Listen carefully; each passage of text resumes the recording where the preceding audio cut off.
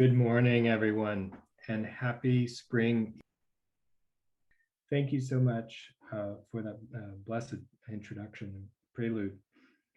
Welcome to our community worship with the UUs of Charlottesville. My name is Brett Gastinger, and I'm serving this morning as worship weaver. I'm glad to welcome you all into this virtual sanctuary that we have made over this past year. Our physical sanctuary, where James is at the piano now, was built in 1950 on hilltop land on Rugby Road, and that land was acquired by the church in 1946. Our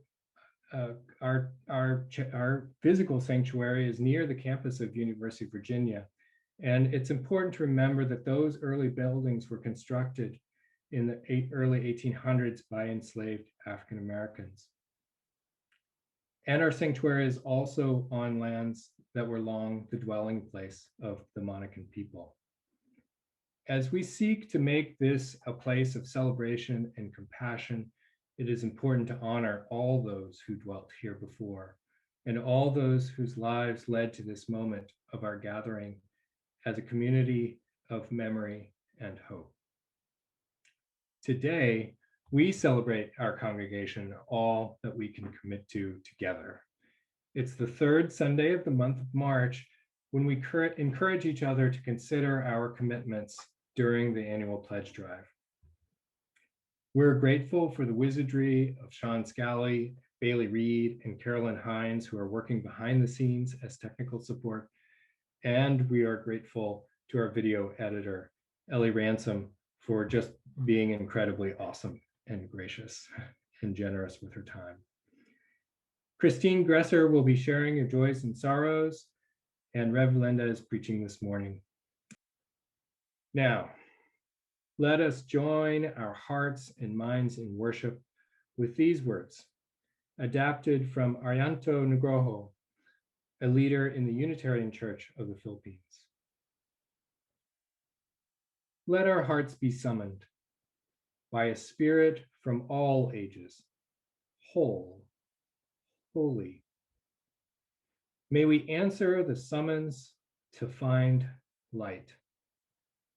May we see, taste, and live the sparks, the fire of commitment, proclaiming brilliance to the shadows. And may we hear in the summons the voices of the people as our hearts are opened, filled with love for all of our neighbors. As we hear the voice, let us respond with our lives, and let us join one another gathered here to reflect the light of love and feel the fire of commitment.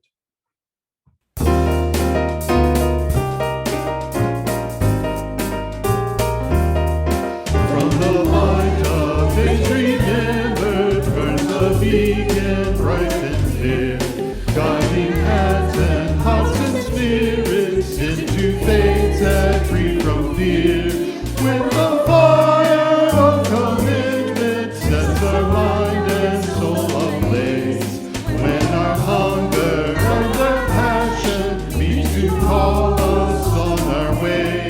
When we live with deep assurance of the flame that burns within, then our promise finds fulfillment and our future can begin.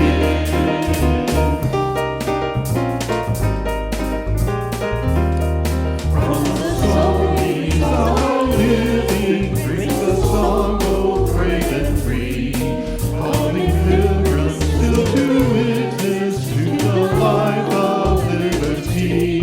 When the fire of commitment sets our mind and soul ablaze, when our hunger and our passion meet to call us on our way, when we live with the assurance of the flame that burns within,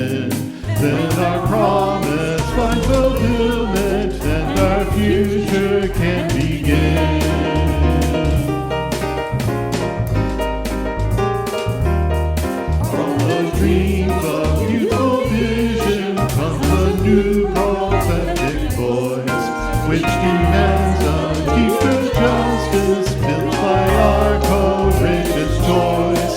When the fire of commitment sets our mind and soul ablaze, when our hunger and our passion meet to call us on our way, when we live with deep assurance of the flame that burns within, then our promise finds fulfillment and our future can begin.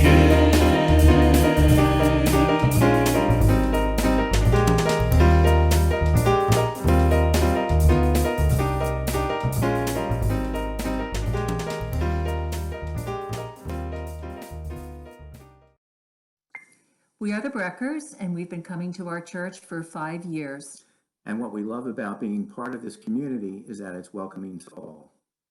We light our chalice this morning, the symbol of our UU faith. We gather this hour as people of faith with joys and sorrows, gifts and needs. We light this beacon of hope, sign of our quest for truth and meaning, in celebration of the life we share together. We light this chalice to celebrate Unitarian Universalism. This is the church of open minds. This is the church of helping hands. This is the church of loving hearts. Our congregation's chalice has been lit and will have its own screen throughout the service. If you have a chalice in your home, please light it now.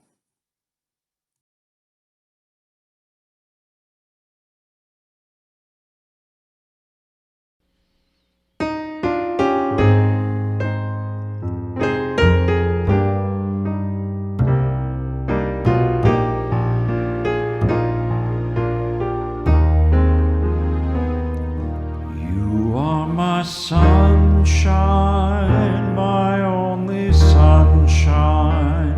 You make me happy when skies are gray. You'll never know, dear, how much I love you. Please don't take my sunshine away.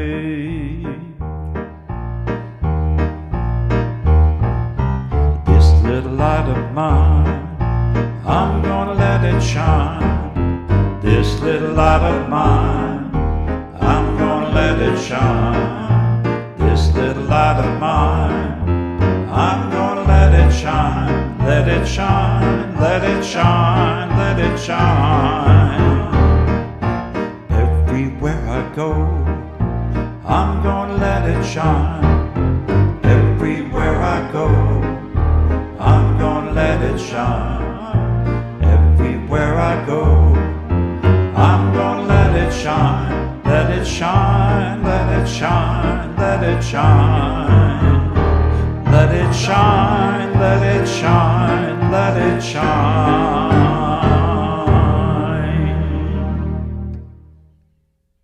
Let it shine. Good morning, everyone. Today, we want to lift up our partnership with Impact, the Charlottesville Regional Interfaith Organization, which works to empower citizens to act for change in our communities. Our congregation was a co-founder of Impact in 2006. And for many years, members of this congregation have shown up for meetings and Nehemiah actions, and some have served as network members. Kelsey Cowger is now the team leader of our UUCVille Impact Network members and an Impact board member. Greta Dershimer is a former team leader and a current network member. They both serve as leaders of the Impact research team. They have two asks of you all now. Greta, can you begin?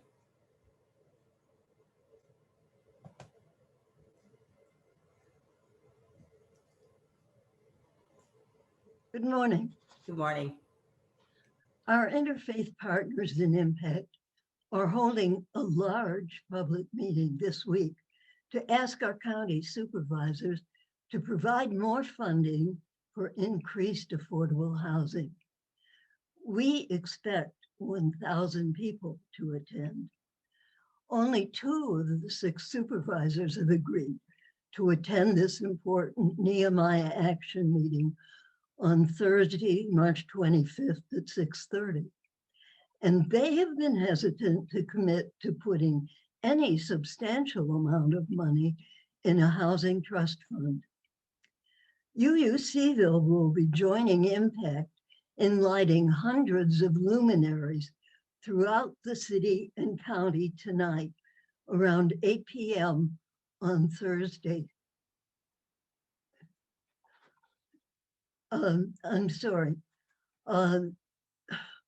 Throughout the city and county tonight around 8 p.m. at sundown. We will place 100 luminaries with candles on our Rugby Road steps, and we encourage members to place up to 10 lights on their own front steps at home. You can take photos and send a copy to Reverend Linda for this website, and another copy to the Board of Supervisors at albemarle.org with a note saying, "We hope to see you at the Board of Supervisors meeting at the Impact Nehemiah Action on March 25th. There's a post on our UU website with more detailed directions. Debbie Norton ordered extra bags and candles for us, so we have 100 bags and candles to hand out at 3 this afternoon, if anyone wants some to put out at their own home. Just drive by the church to pick them up at 3. The luminaries are now supposed to be lit at 7 p.m. instead of 8, as we've publicized before. This is a late request from Impact. This is a chance for UUCVille to be the light to our community. And our lights will represent that we are fulfilling our commitment to 100% of our financial pledge for membership dues to Impact. Lighting our steps to light our faith out into the world is a meaningful way to celebrate the launch of the last week of our annual pledge drive as well. You can be the light. Thank you so much, Greta. So as of today, we've committed to having 100 members of our congregation agree to attend the action this Thursday, March 25th at 6:30 p.m. It's a Zoom event, so you can do it from your home. In community organizing, numbers make a difference, since we found that elected officials show us much more response when we show up in the thousands.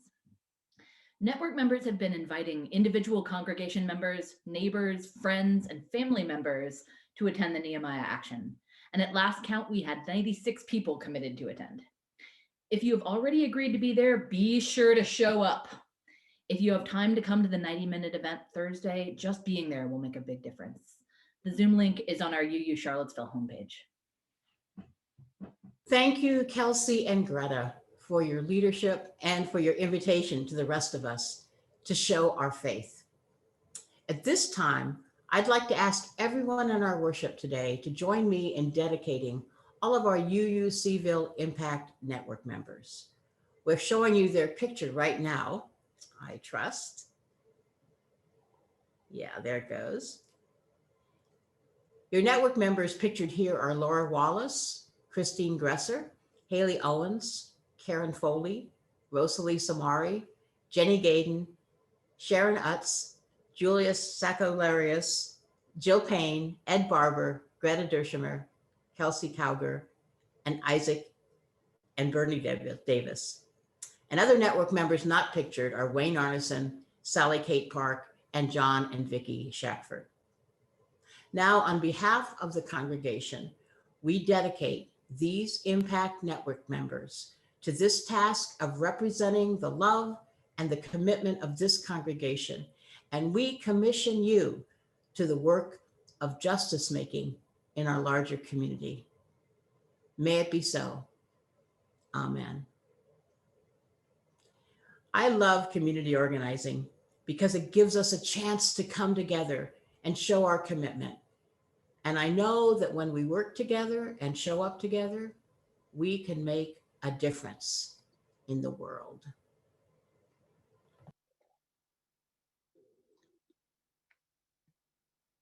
Step by step, the longest march can be won, can be won.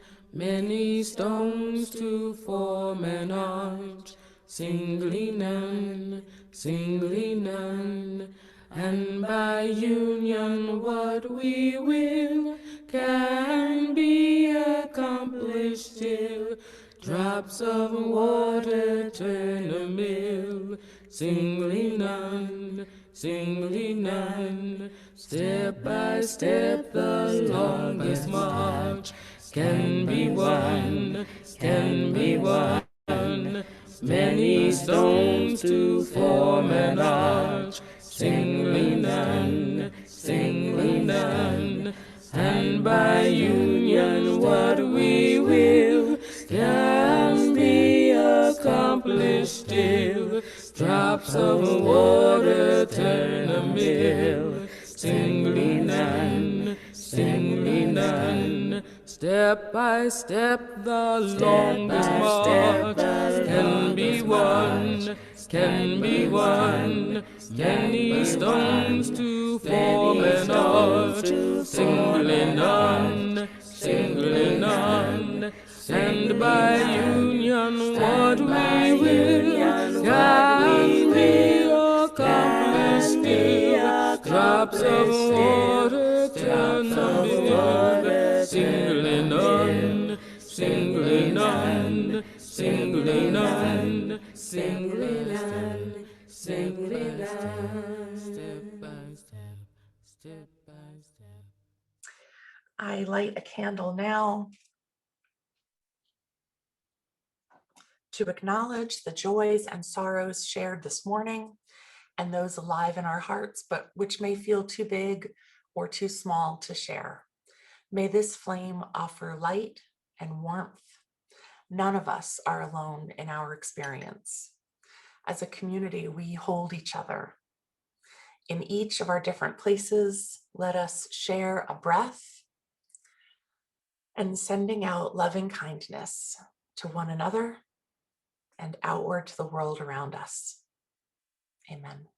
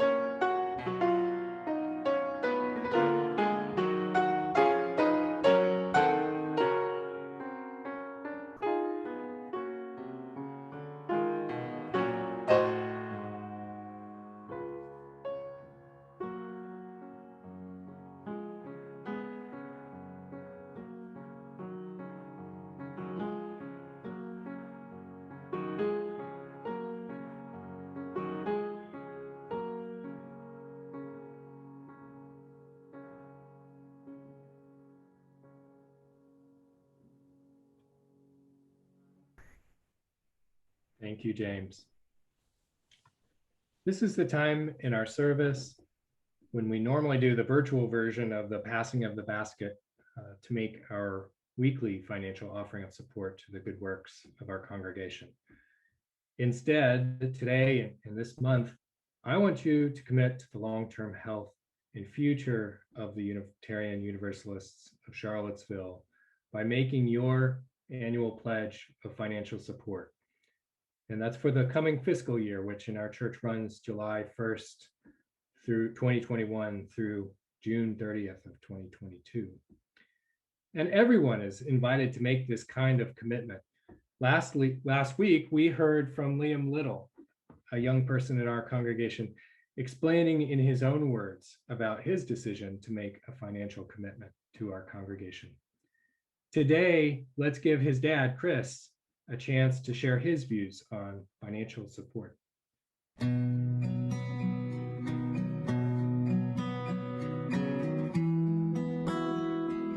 Hello, my name is Chris Little.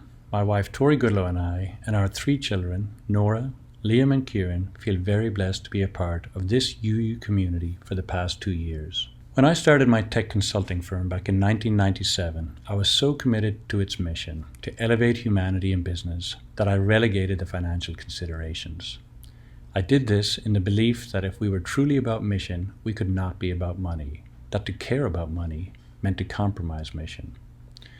I could not have been more wrong. In the first year, we benefited from beginner's luck and hard work. But as time went on, we had ups and downs and extended periods when our primary focus was on making ends meet. During those periods, both money and mission were compromised. Thankfully, I happened upon a book entitled Built to Last: Successful Habits of Visionary Companies by Jim Collins and Jerry Porras. While the book had great insights on mission, vision, values, and culture, most illuminating for me was the section on money and profit, which contends that profitability is like oxygen. It is not the meaning of life, but it is necessary to live. This revelation was a turning point for me, clarifying with compelling examples that running a purpose-driven organization requires one to care about mission and money. Consistent with my prior experiences, it illustrated that to relegate money means to frequently and dangerously put the organization and its mission in jeopardy. From that point forward, I began to lead with a healthier and more synergistic emphasis on money and mission. A resulting effort was to help my mission-oriented teammates understand this both-and view of mission and money so that in their roles too, they could bring a healthy balance. One helpful aid was a picture of a 2-pillar Greek structure with the word mission inscribed on one pillar and money on the other. It was visually evident that if either pillar became weak, the whole structure would collapse. We considered hypothetical scenarios like if you began tomorrow with 22 hours worth of oxygen in your tank, how might you spend your day? You'd spend it figuring out how to stretch 22 hours worth of oxygen across 24 hours. However, if you began tomorrow with 26 hours worth of oxygen in your tank, you would still need to carefully manage your oxygen supply, yet you could also care about other meaningful aspects of your day and your life. We all came to understand more naturally and comfortably that we could nurture and sustain mission better from a place of financial stability and even some cushion. Throughout our UU community, I see a deep commitment to our mission and yet persistent financial struggle. Like so many in our UU community, my family benefits tremendously from our UU mission through our Sunday services, children's RE classes, adult classes, and more. Yet as a community, we are challenged to raise enough funds to sustain and expand these wonderful services to our members and the broader community. Upon learning that compared to other UU congregations, we Charlottesville UUs give much less on average per member, I wondered why. Might one reason be that our especially strong emphasis on mission inadvertently obscures and relegates our awareness of the money that helps fuel the mission? Might we be challenged to see the direct and dependent relationship between money and mission, akin to oxygen's essential role in sustaining a life well lived? Whatever the cause of our lower than average giving, I appeal to us now to consider giving more this year than we have previously, as best we can. For each member, words like generous and more are subjective. We each know best. I ask that we give in support of a vision of our UU coffers holding even 26 hours worth of oxygen as we embark upon the next fiscal year. With this little bit of cushion, we gift our most deserving leaders and all UU members more capacity and attention to focus on our meaning of life, to continue serving greatly, to finish healing from the past, and to build a stronger than ever mission-centric future for ourselves, for our children, and for the broader community we serve. Thank you.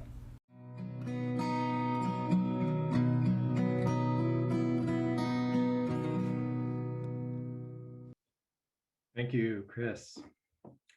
To make a financial pledge is to commit to this, our spiritual community. This is a critical part of our covenant with each other.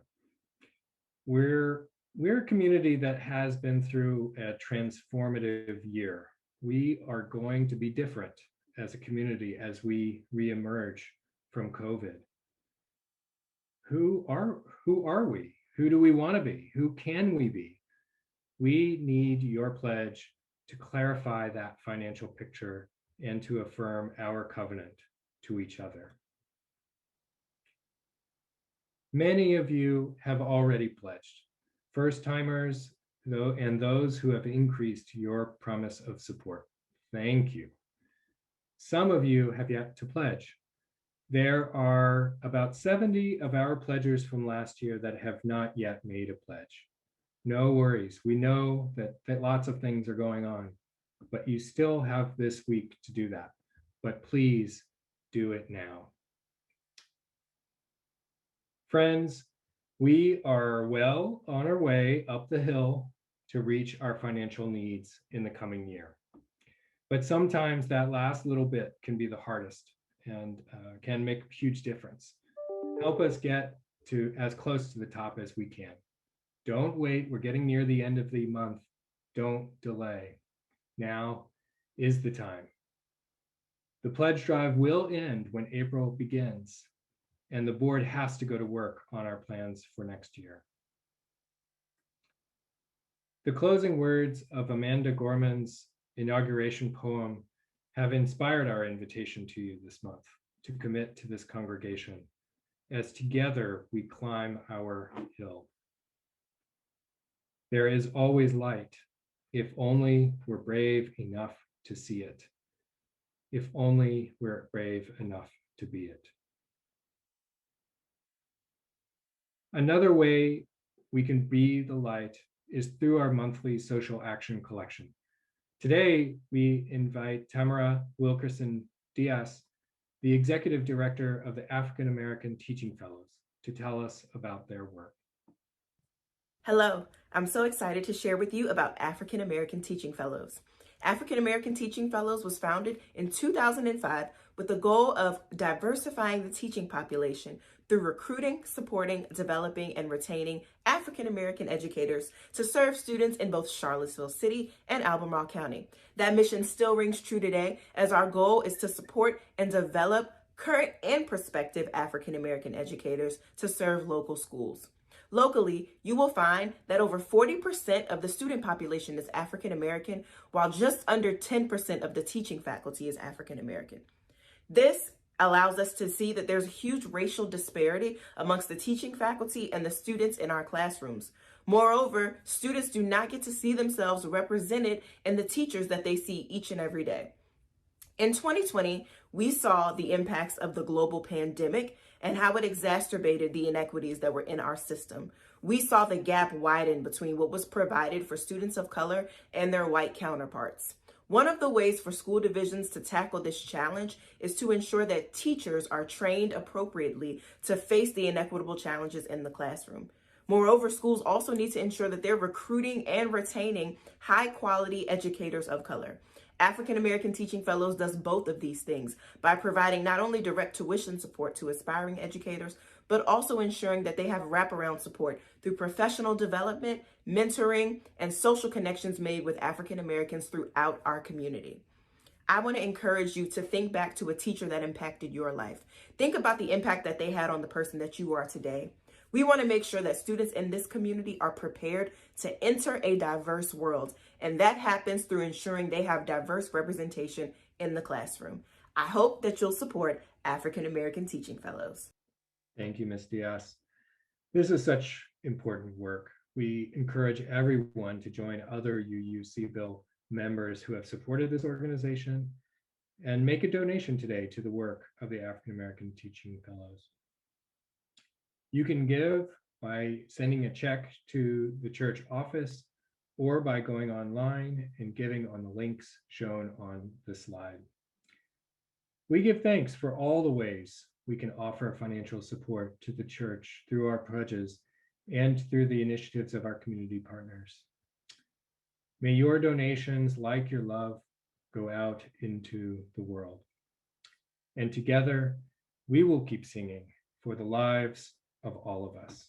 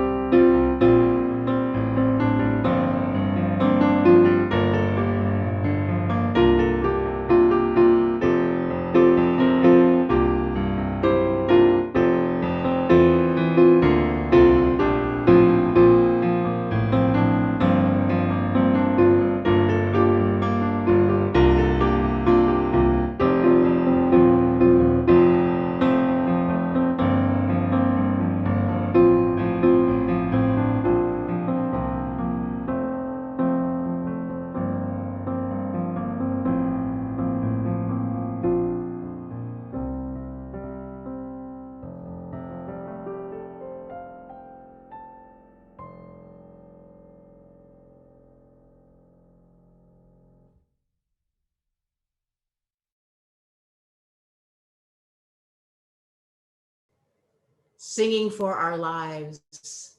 We are singing for our lives. I love that music, and I love that idea that when we come together in the face of a painful and a beautiful world, we must sing for all of our lives. Something tells me that that is at least part of why you're here in the congregation.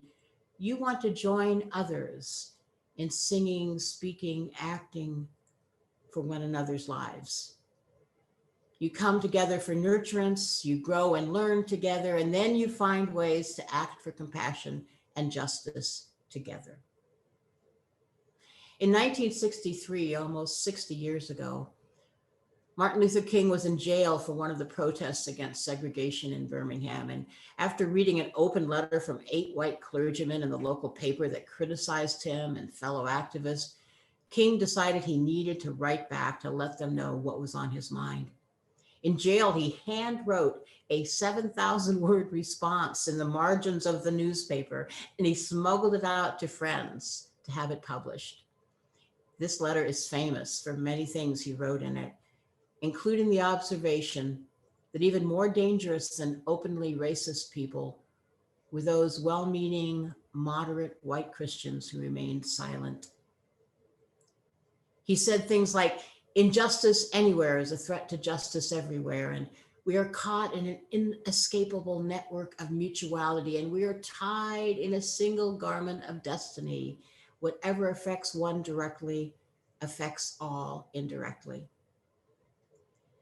This letter written in a jail is a masterpiece, and it's deserving of study. It's filled with so many lessons for us. But today, there's a one part of the letter I want to lift up, where he described 4-stage process that he and his peers follow when they're working together for justice.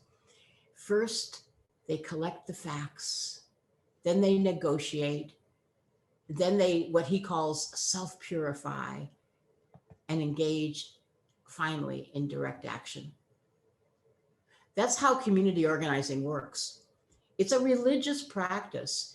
You learn, you discover, and then you engage in conversation with others, because when you do that, you understand even more.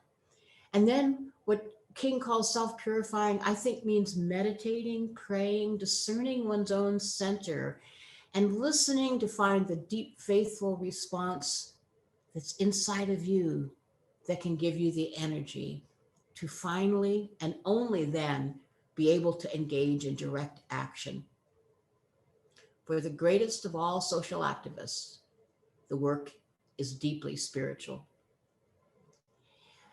Today, in this month of speaking of commitment, I wanted to lift up your congregation's commitment to justice and compassion.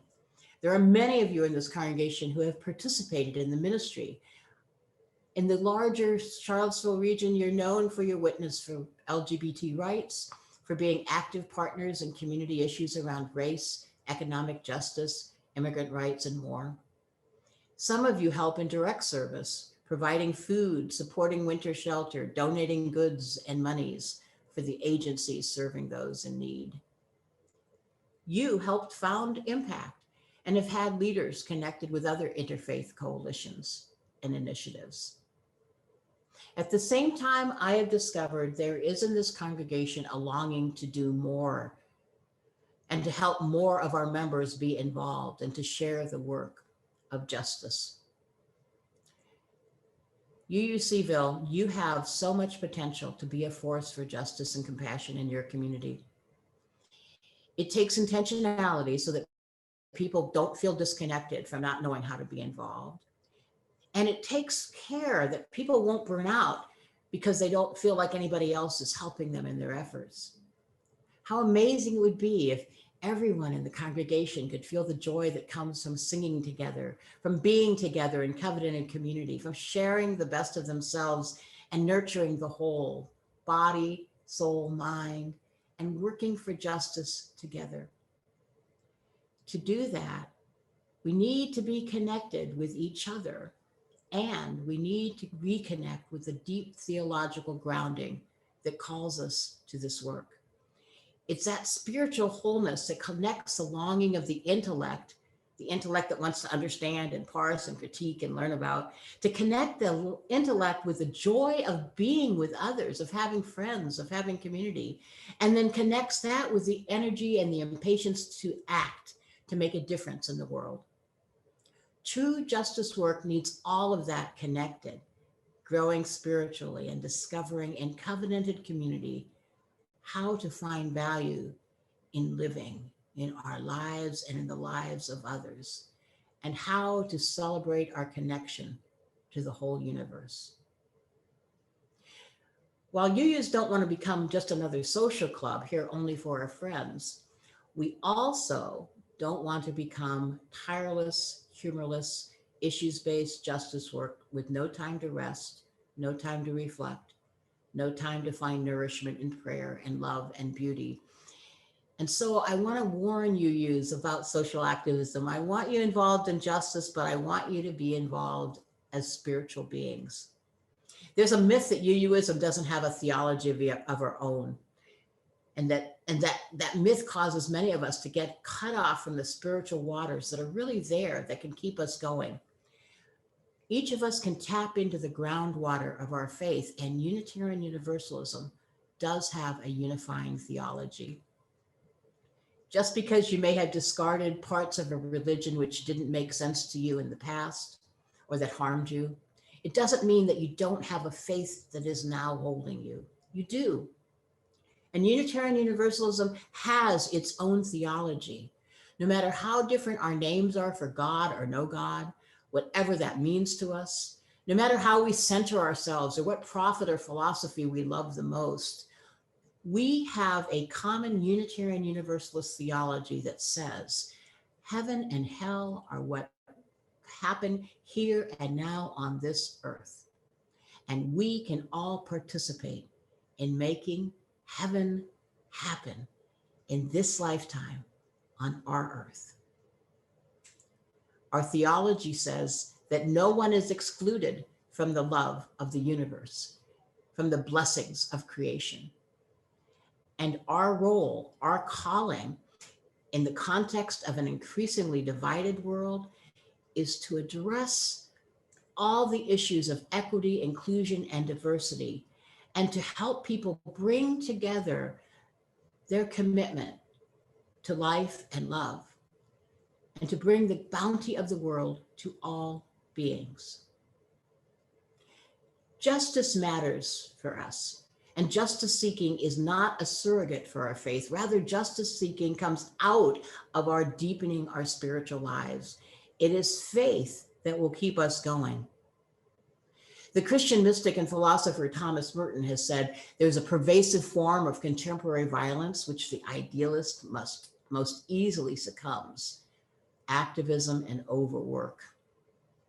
The frenzy of activism destroys the fruitfulness of our work because it kills the inner root of wisdom, which makes work fruitful. Such important words for us all to understand. It's a balancing act. It takes all of us to help all of us from falling over. We have to remember to find balance and inspiration as we make and keep commitments to ourselves, to our family, to our congregation, and the world. To be whole, healthy in how we commit to justice and compassion. And you know, this work is so important because it can make a difference in our own lives and in the future of the liberal religious voice that needs to be heard. If you, Charlottesville, have a chance to bless your larger community, if you can live out the promise doing hard work of change and can keep grounded by a spirituality, a love that sustains us, you can make a difference. We need to remember to sing together for all of our lives so we won't crash and burn or turn away from it. This is one of the greatest gifts this congregation could give to Charlottesville, to the region, to the world. This congregation could give faithful commitment to the work of justice. In that 1963 Birmingham jail letter, King wrote, "There was a time when the church was very powerful, in the time when early Christians rejoiced at being deemed worthy to work for what they believed. In those days, the church was not merely a thermometer that recorded the ideas and principles of popular opinion. It was a thermostat that transformed the mores of society." Nowadays, King writes, far from being disturbed by the presence of the church, the power structure of the average community is consoled by the church's silence, its vocal sanction of things as they are. If today's church does not recapture the committed spirit of the early church, it will lose its authenticity, forfeit the loyalty of millions, and be dismissed as an irrelevant social club with no meaning for the 20th century. And 60 years later, I believe King was naming something important, that we need more than ever to recapture the spirit of love and justice making for the 21st century. Friends, in your own lives and in the life of this congregation going forward, I ask you to make a commitment to one another. Commit to be there for each other and for the world. That means showing up tonight to light candles, showing up on March 25th at the Zoom Impact Action.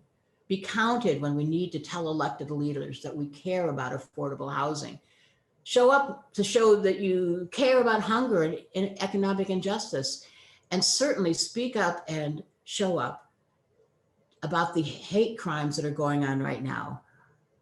Violence against Asians, trans folk, Blacks. And I want to emphasize this: take care of yourself and each other so you can keep showing up. Commit to justice, commit to compassion, and that means make sure you are fed and will feed others in the ways that we all need. So make a commitment to be there for yourself, for one another, but do it in a way that'll keep you whole and call on your deepest spiritual wisdom. Sing together. Teach our children and each other.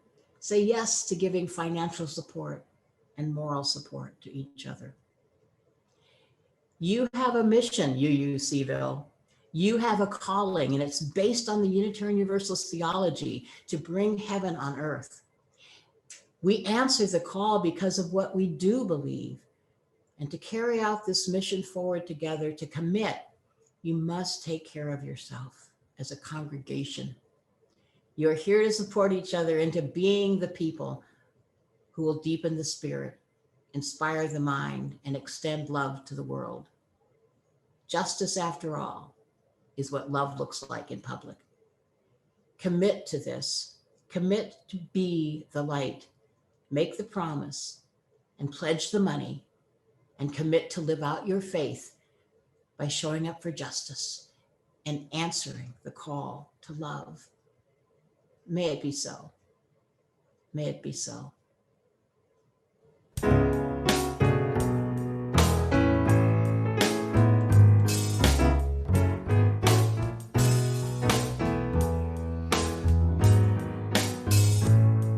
The promise of the Spirit,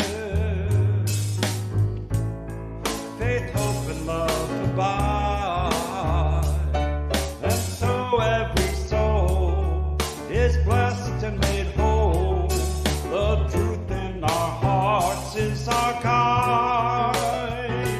We are answering the call of love. Hands joined together as hearts beat as one. Emboldened by faith, we dare to proclaim. We are answering the call of love. Sometimes we build a barrier to keep love tightly bound, corrupted by fear, unwilling to hear, denying the beauty we found. We are answering the call of love. Hands joined together as hearts beat as one. Emboldened by faith, we dare to proclaim. We are answering the call of love. A bright new day is dawning, when love will not divide. Reflections of grace in every embrace, fulfilling the vision divine. We are answering the call of love. Hands joined together as hearts beat as one. Emboldened by faith, we dare to proclaim. We are answering the call of love. We are answering the call of love. We are answering the call of love.